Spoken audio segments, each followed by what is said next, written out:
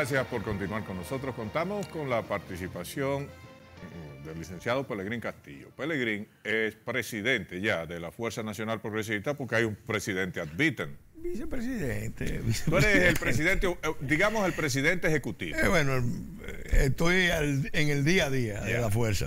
¿Cómo está, Willy? ¿Cómo te sientes? Porque hay un ad vitam que es amigo mío. Sí, ¿Cómo está la salud? Presidente histórico. Sí, ¿cómo está fundador la salud? y guía. La salud del doctor Castillo. Muy bien, gracias a Dios. Yo solo lo veo ahí los domingos en la respuesta. Sí. Él tiene una página, Pelegrín, ¿verdad? También ahora un blog. Él sacó un blog que se llama La Pregunta. Entonces, ¿Y cómo le va? Bueno, si muy se bien. si se calla usted, él es guardia, ¿verdad? Él tiene un blog. Sí. ¿Y qué tal el blog? ¿Tiene mucho contacto con la gente? Tiene publicaciones regulares y es un ejercicio realmente muy interesante. Yo invito a los amigos y amigas televidentes que tienen interés en conocer los planteamientos del doctor Castillo sobre la realidad nacional e internacional, que lo puedan buscar en la pregunta, Marino Benicio Castillo. Mira, yo estaba felicitando, te voy a complacer, pues no estoy como por pelear hoy, Pelegrín. Y tú eres, amigo mío desde en el 96 yo entrevistaba a Pelegrín. Sí. ¿Eh? Sí. Hace muchos años. Y tú estás igualito. ¿Qué es lo que tú haces?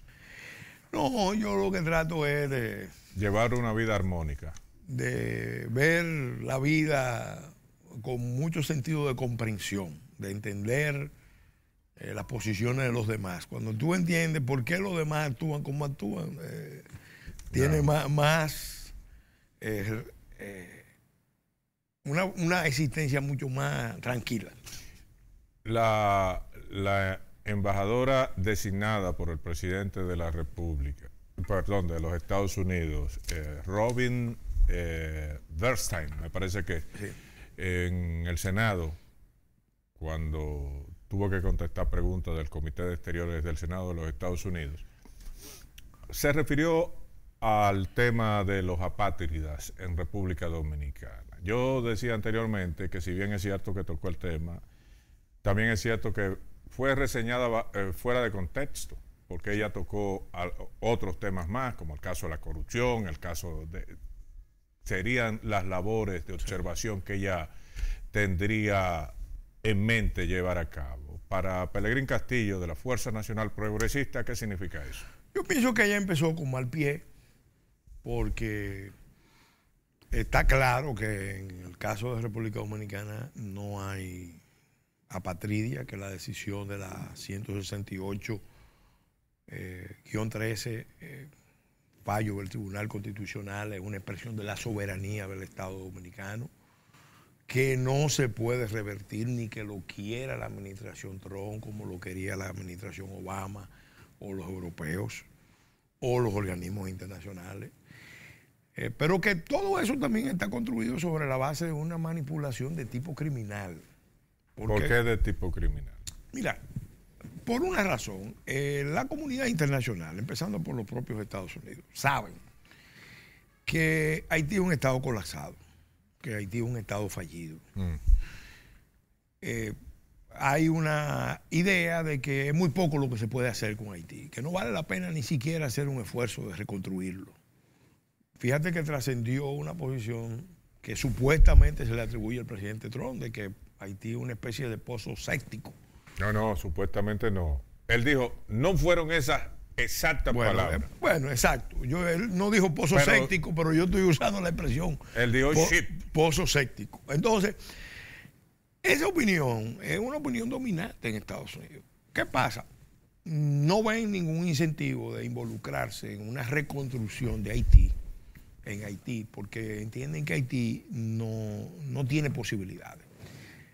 En cambio, ellos están muy claros, y ese es su derecho, de no quererlos en Estados Unidos, no quererlos en los territorios franceses, en los territorios ingleses, en los territorios del CARICOM, que son de la Commonwealth, y saben que si no se hace el esfuerzo de reconstrucción y no quieren que salgan por mar, solo tienen un camino, que es venir a República Dominicana.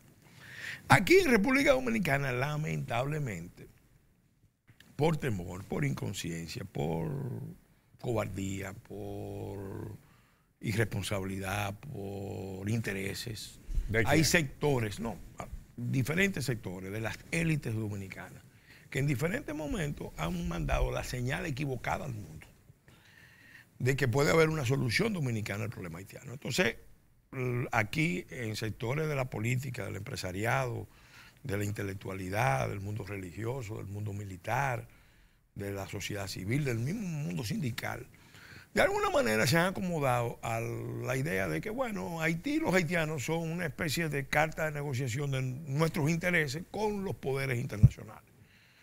Y por eso tú ves que a República Dominicana se le hacen concesiones, se le permiten tolerancia, hay apañamientos que de otra manera no se entienden.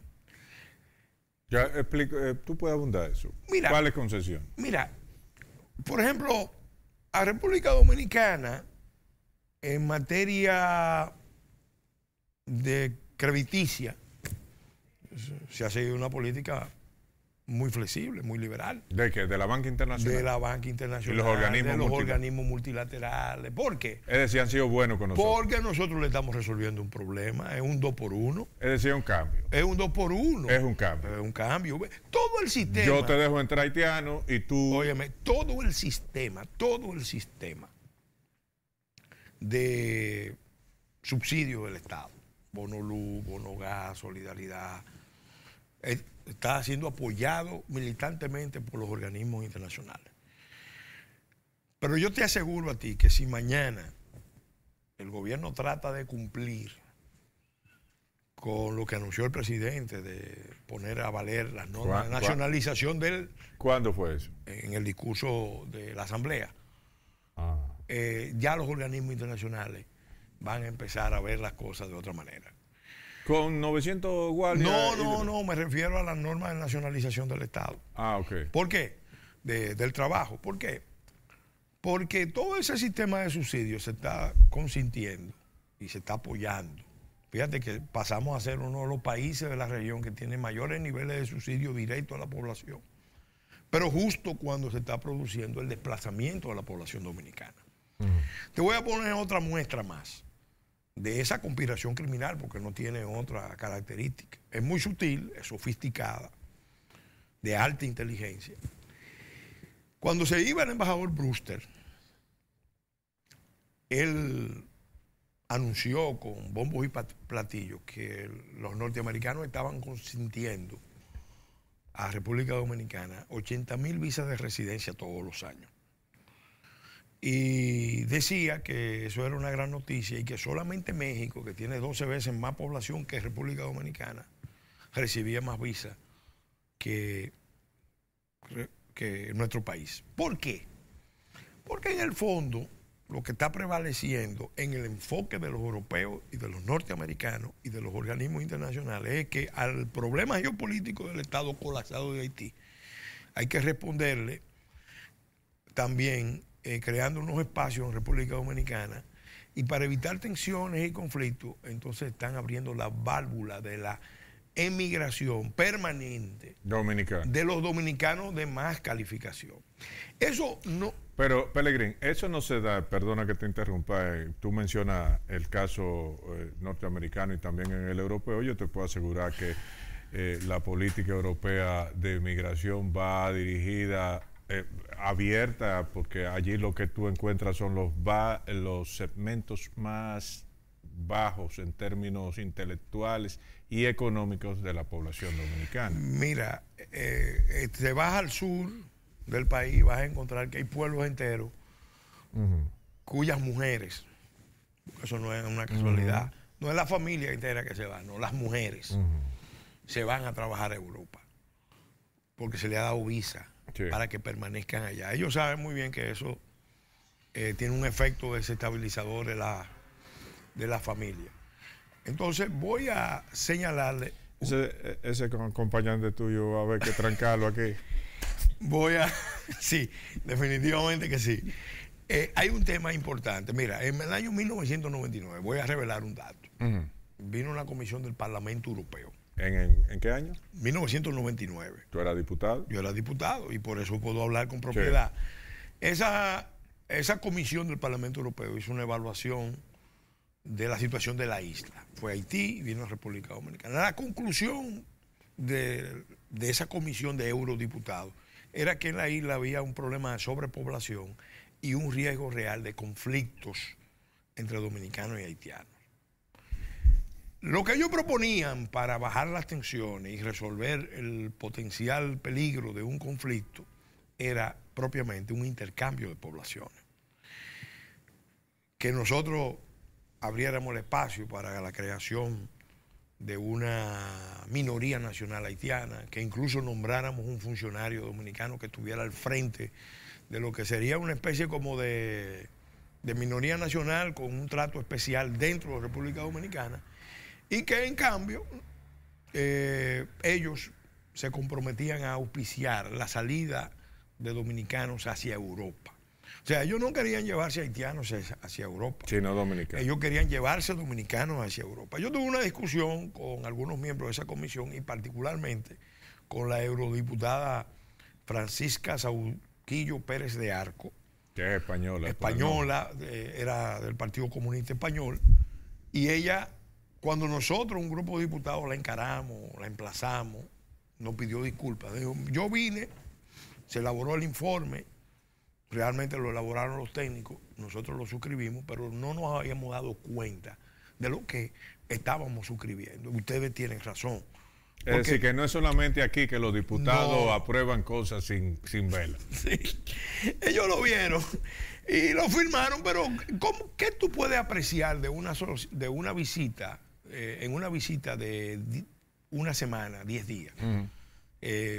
Reuniéndose con funcionarios y con ONG. Tú no puedes apreciar. Cuando nosotros nos reunimos con ella, desayunamos un grupo de diputados y le pelamos el plátano y le dijimos lo que estaba pasando. Entonces ella nos pidió disculpas. Pero ahí está el informe, porque ese ha sido el enfoque.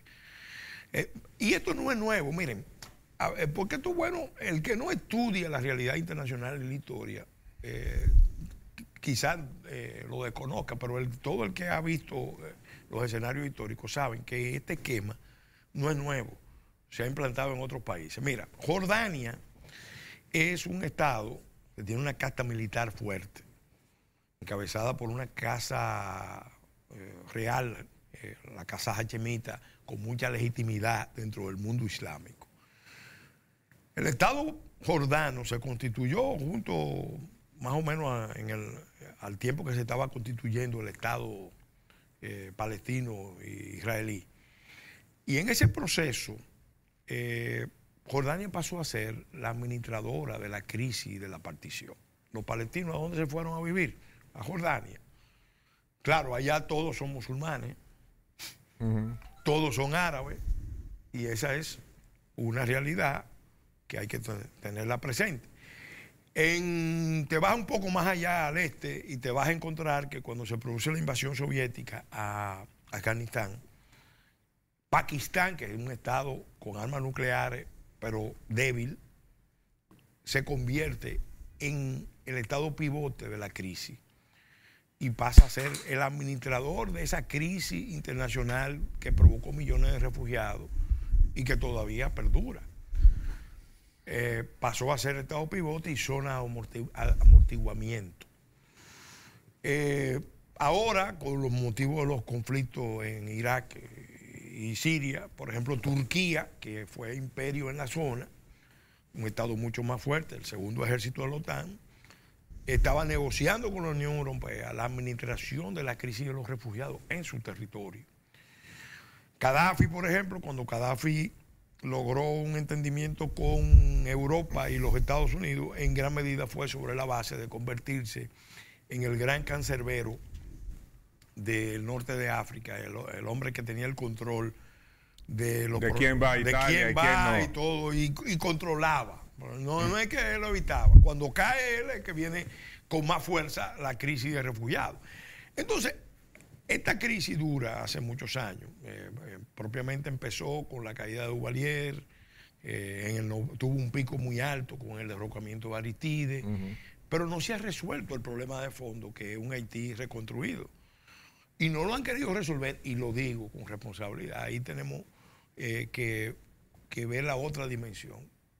Yo sé que la comunidad internacional no ha pensado seriamente en el esfuerzo de reconstrucción de Haití en Haití, que es lo justo para los haitianos y lo conveniente para nosotros. ¿Quién no lo ha querido? Porque tú dices, no lo han querido resolver. Estados Unidos a la cabeza. Estados Unidos a la cabeza. No tiene intención de resolver el problema haitiano. No han tenido intención. Fíjate que después del terremoto, voy a contar algo que es poco conocido, que me pasó a mí personalmente. Sí. ¿En Haití? No, aquí.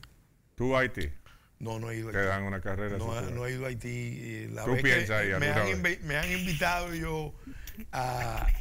yo le dije que si Naciones Unidas, las tropas de Naciones Unidas, cascos azules, me garantizaban, yo podía ir. Pero no se garantizaban ellos y te voy a garantizar. Bueno, después que pasó lo que pasó con el presidente Fernández cuando él fue a Puerto Príncipe, yo te reservaste el derecho. Cierta reserva. Pero esto me pasó y lo quiero compartir. Después del terremoto, aquí se hizo un ejercicio militar importante de tropas especiales. Ajá. Y vinieron generales de todo el continente comandando tropas especiales. Y hubo una reunión en la que participaba el jefe del Comando Sur. Yo tuve el privilegio de ser invitado como un diputado de la Comisión de Frontera que dominaba el tema haitiano. Me di cuenta de que los militares dominicanos querían que yo de alguna manera le transmitiera a los generales tu visión extranjero, la visión mía, pero que era la visión del Congreso y de muchos sectores de la vida nacional. Entonces yo pedí un turno y dije, miren, cuando se produjo el terremoto, nosotros al principio sentimos mucho miedo los dominicanos, porque Haití ya estaba devastado antes del terremoto, con el terremoto que teníamos la aprensión de que viniera una estampida hacia República Dominicana. Afortunadamente, las tropas norteamericanas fueron los primeros que llegaron. Sin embargo, general Fraser, le decía yo, ahora estamos más preocupados porque ustedes fueron los primeros que llegaron y son los primeros que se van. Sí. Y el problema no está resuelto. Y después que se vayan las cámaras de CNN, el problema va a seguir. Y ¿por qué tú decías? ¿Sabes lo que me dijo el general? Perdón. ¿Por qué tú le decías que el problema no estaba resuelto? Bueno, porque Haití estaba desvertebrado, colapsado antes del terremoto, y con el terremoto eso se evidenció ante el mundo. Pero se agravaron todas las condiciones y los riesgos para la República Dominicana, su estado vecino inmediato, son muy altos. Y ya lo estamos sufriendo. No, ya lo estamos sufriendo. En ese momento yo le dije al general que la realidad era que los dominicanos aspirábamos a que a partir de esa tragedia enorme, dramática, a ese pueblo emblemático, digno de mejor suerte, todo el continente lo auxiliara con un esfuerzo de reconstrucción. Entonces le hablé de algo que vengo manejando hace muchos años, que es la creación de un mini plan Marshall para Haití, para la reconstrucción de Haití, porque Haití perdió la guerra contra la pobreza, esa es la realidad. Pero si existiera... ¿Qué me dijo el general Freite? ¿Qué me dijo? Déjame decirte esto, si existiera voluntad de eso se resuelve con 2HL. Para las grandes potencias me refiero. ¿Qué me dijo el general Fraser? ¿Qué? Diputado, recuerde que los militares estamos para destruir, no para construir. Y después los otros militares en el receso me abordaron, me dijeron, no, nosotros no compartimos el enfoque del general Fraser. Realmente, como usted dice, este es un momento donde todo el continente puede y debe reunirse para hacer el esfuerzo de reconstrucción de Haití en Haití. Porque era un esfuerzo que... Los otros militares norteamericanos. No, del continente. Okay, otros habían de Brasil, perdón, de Brasil no, habían de Argentina, de Chile, de Colombia, de México, estaban en ese ejercicio militar. No sé. Los únicos países que no estaban eran los del ALBA. Sí, los populistas. Los bolivarianos. ¿Tú eres del ALBA? No. Tú eres en contra del ALBA, ¿verdad? No. Y entonces... No soy en contra del ALBA tampoco. Pero tú eras como un fan, tu partido de Hugo Chávez, ¿verdad? No. El doctor Castillo mantuvo una relación muy buena con Hugo Chávez personal. Y obviamente Chávez con República Dominicana hay que ser justo.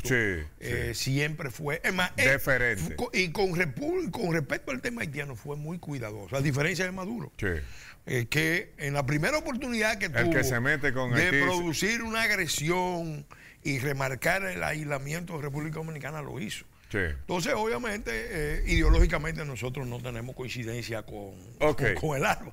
Todo lo contrario. Vamos a seguir hablando de los haitianos, pero una cosa. Vamos a dejar un poco a los militares, que a fin de cuentas, los militares latinoamericanos y los militares americanos. Yo te voy a hacer 3 preguntas. Yo quiero que tú me la contestes. Y la que no quiera abundar, tú eres tajante. ¿Por qué que hay tanto haitiano aquí? Porque los haitianos están consiguiendo aquí todo lo que no consiguen en Haití. Pero ellos no pueden entrar por... Aquí estoy yo.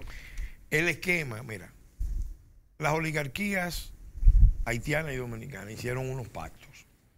¿Cuál es oligarquía? Los grupos de poder económico hace años. Pero aquellos que se juntaron en la frontera para hacer una... No, ese es uno de los componentes, pero hace mucho en los Estados Unidos se produjeron reuniones y llegaron a unos pactos. ¿En Estados Unidos se reunieron? Sí, en la Universidad de la Florida y todo eso. Entonces, ¿cuál fue el... ¿Patrocinado por los Estados Unidos? Claro que sí, y los organismos internacionales. ¿Cuál era el esquema? Bueno, vamos a integrar la economía de la isla para el comercio y la inversión.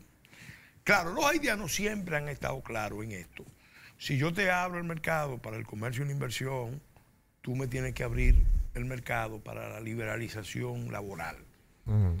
Y en los hechos, lo que ha venido pasando es que han estado permitiendo... Se ha logrado ese acuerdo. Han estado trabajando de facto en eso. Son acuerdos de cúpula auspiciados por los organismos internacionales, pero de espalda al pueblo. ¿Y entonces qué papel juega el gobierno dominicano en eso? Los gobiernos dominicanos, porque esto empezó desde pero antes, ahora hay más haitianos que nunca. Ahora es más grave la cosa, porque fíjate, después que se decidió la sentencia, que para mí es el pecado capital que comete el gobierno, la falta más grave, después que el Tribunal Constitucional da el fallo que da en materia de nacionalidad, el gobierno dominicano, Danilo Medina, no podía tener vacilación. Aplicarlo. No podía expresar ambigüedad, no podía jugar cabeza, como dice la expresión. ¿Qué pasó? Cuando vino la primera presión internacional, el gobierno, en vez de cerrar fila con la institucionalidad del Estado Dominicano, empezó a demostrar que eso que se decidió a nivel del Tribunal Constitucional se podía variar, se le podía buscar la vuelta. Y fíjate que fue un contraste. Nosotros estábamos en el gobierno y eso provocó muchas diferencias de nosotros en el gobierno. Que provocó a última instancia su salida. Uno de los factores preponderantes de la salida de nosotros del gobierno.